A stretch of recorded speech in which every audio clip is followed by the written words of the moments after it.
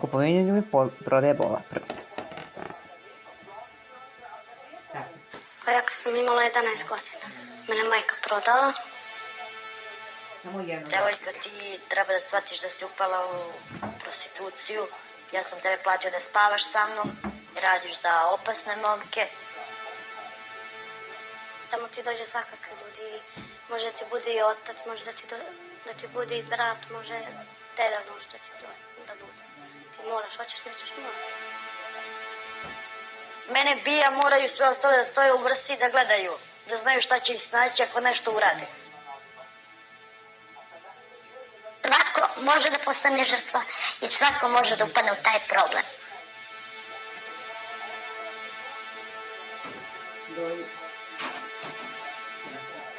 U naredne 2 emisije čućemo autentične ispovesti žrtava trgovine ljudima i seksualne eksploatacije. Čak oko 80% žrtava seksualnog ropstva u Srbiji poreklom je iz naše zemlje. Većinu žrtava čine deca. Ekipa reakcije istražuje koliko njih je uspelo da se otrgne iz ropstva i koliko im država pomaže u tome. Otkrivamo i razloge zbog kojih su trgovci ljudima u najvećem broju slučajeva nedodirljivi za sistem. Među tim razlozima su često korupcija, finansijska nadmoć, ali i tromost i nedovoljna angažovanost pojedinih državnih organa.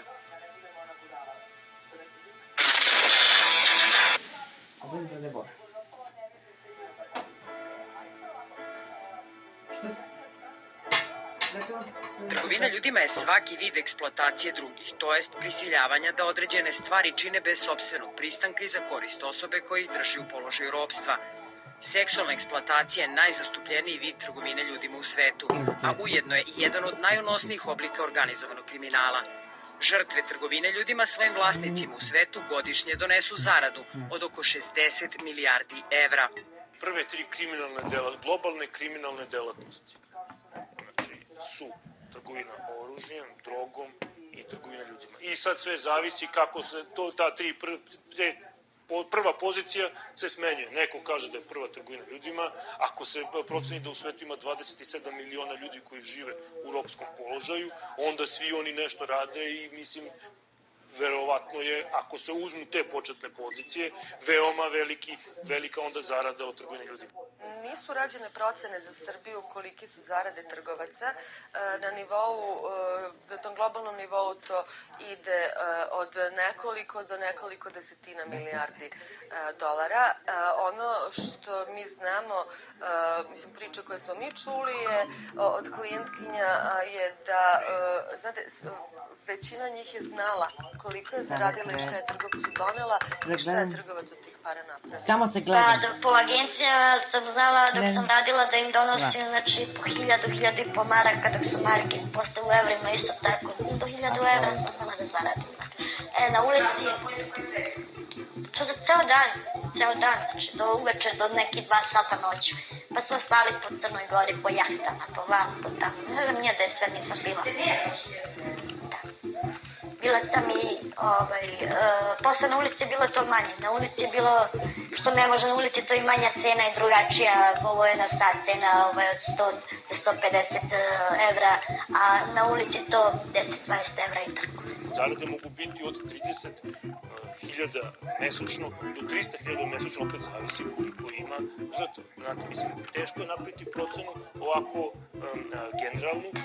Prema policijskim procenama, kriminalci u Srbiji u seksualnoj eksploataciji godišnje zarade oko 40 miliona evra, dok država godišnje uloži 4 puta manje u borbu protiv trgovine ljudima, u koju spada i seksualna eksploatacija dece. Finansijska nadmoć kriminalaca u ovoj borbi je očigledna. Mi smo radili jedne godine, 2003. godine, prilike koliko se zaradi u prostituciju. Što 10 miliona evra su procene policije da se zaradi od prostitucije u Srbiji. A od trgovine ljudima bi se zaradilo još više. Imamo deo koji ide osobama koje se odaju prostituciji. Trećina ide osobama koje se odaju prostituciji. Temama kakve su nedodirljivost kriminalaca koju stiču ogromnom finansijskom moći, korupcija i nemoć pojedinih institucija sistema bavit ćemo se u drugom delu serijala Kupovina ljubavi i prodaja bola.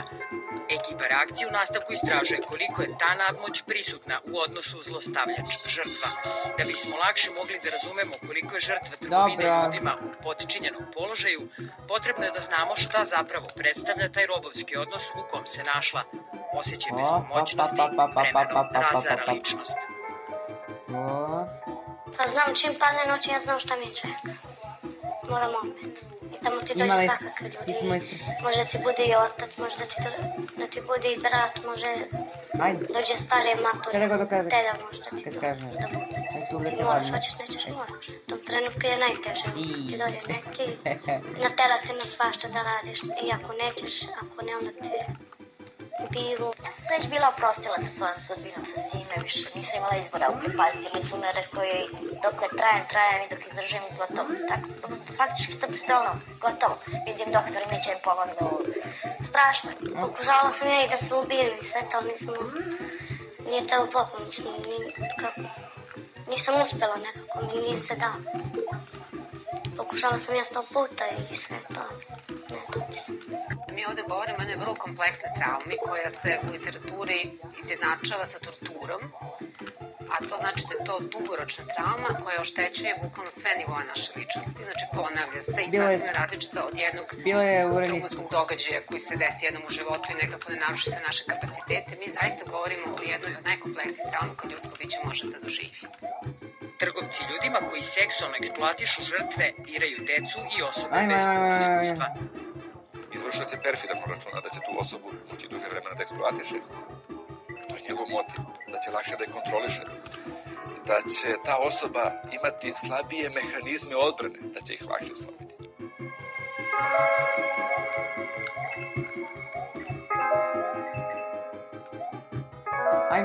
Ajmo svi napred.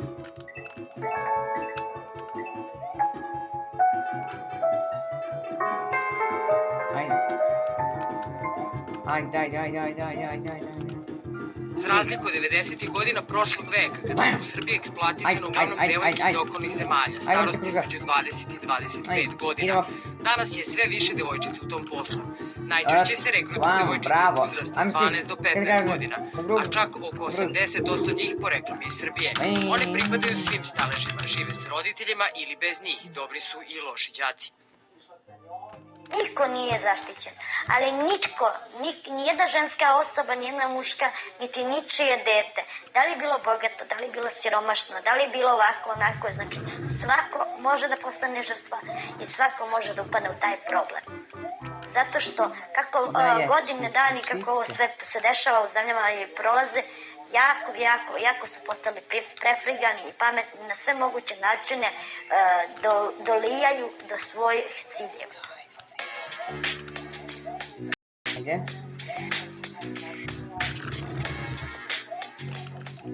Podaci su veoma interesantni, da sam prema nekim istraživanjima koje su odnose na period od 2002. do 2007. godine, 2003. godine dolazi do pojave otprilike negde oko 30% žrtava trgovine ljudima su bile poreklom iz naše zemlje. 2004. godine taj trend polako pada, nekih 25%, da bi u 2005. godini bilo nekih 60%, a u 2006. 75%, da bi, nažalost, u 2007. godini broj žrtava koje su naše državljanke negde se kretao oko 80%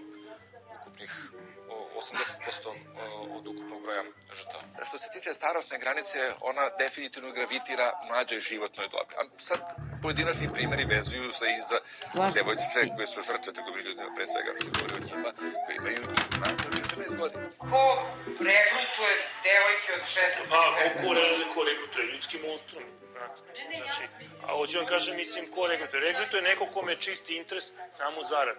Znači, njih ne zanima ljudska patnja, ne zanima ih, mislim, da pomažu, iako su se trudili da tako to predstave u javnosti. Njima je cilj isključivo profit, oni od tog profita dolaze tako što uništavaju ljudska bića. Mene majka prodala da se udam. Ja nisam mogla ništa, nisam htjela, ali nisam smjela da hoću nešto. Ja ne gram.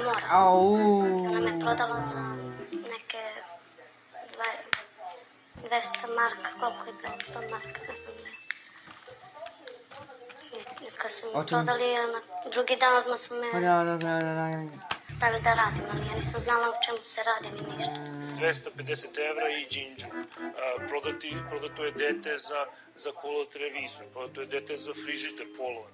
Što vam kažem, mislim, to su situacije veoma tragične kada roditelji iz svog siromaštva i, mislim, nemogućnosti da izađu iz te situacije, zato da prehrane svoje idu ka tim najmonstruoznijim rešenjima, a to je da prodaju svoju decu, eto, za mislim, zašto.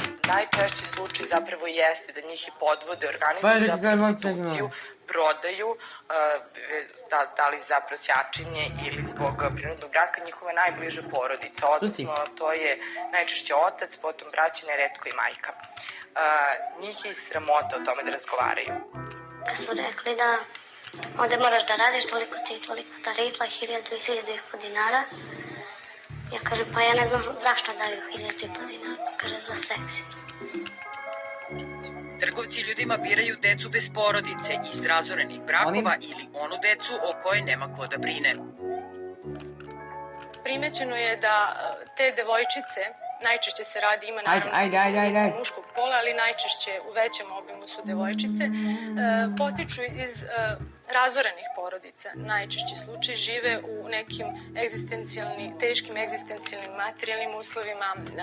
To su devojčice koje su ili otišle od svojih roditelja, obzirom da nisu mogli da im priušte sve ono što su želele, ili jednostavno nisu mogli da izdrže da žive u jako lošim egzistencijalnim uslovima. Neretko su to deca koje su edukativno zapuštena, pohađale su 2-3 razreda osnovne škole ili su završile samo osnovnu školu. Na niskom intelektualnom nivou, na nekom često ometenom psihofizičkom razvoju. Deca koja su zanemarena ili zapuštena ili postavljena, po znacima navoda, lakši plen za trgovce i ljudima nego što su to deca i žene koje potiču iz nekih porodica koje su ipak stabilne, materijalno obezbeđene, gdje je viši stepen obrazovanja, gdje je više posvećuju vremena svoje deci. Postoji vrlo malo one prave porodične podrške gde deca mogu da osete šta znači prava ljubav, šta znači lažna ljubav i da onda mogu kasnije se zaštite tako što će procenjivati u takvom nekom vrbovanju o čemu se tu zapravo radi. Oni uopšte nemaju svest o tome koliko je zapravo to perfidna pojava i koliko su ti trgovci ljudima profesionalci u tome što rade, kojim se oni sve metodama i tehnikama služe, koliko oni dobro poznaju dečiju psihologiju, koliko su i oni jako dobro upoznati sa tim da su ova deca konkretno i diskriminisane i da se nalaze na margini i da su malo informisana, da nemaju dokumenta i koliko im sve te stvari idu na ruku, tako da su oni onako vrlo laka žrtva i za obrađivanje i naravno mnogo ih je lakše namamiti da uđu u tu priču.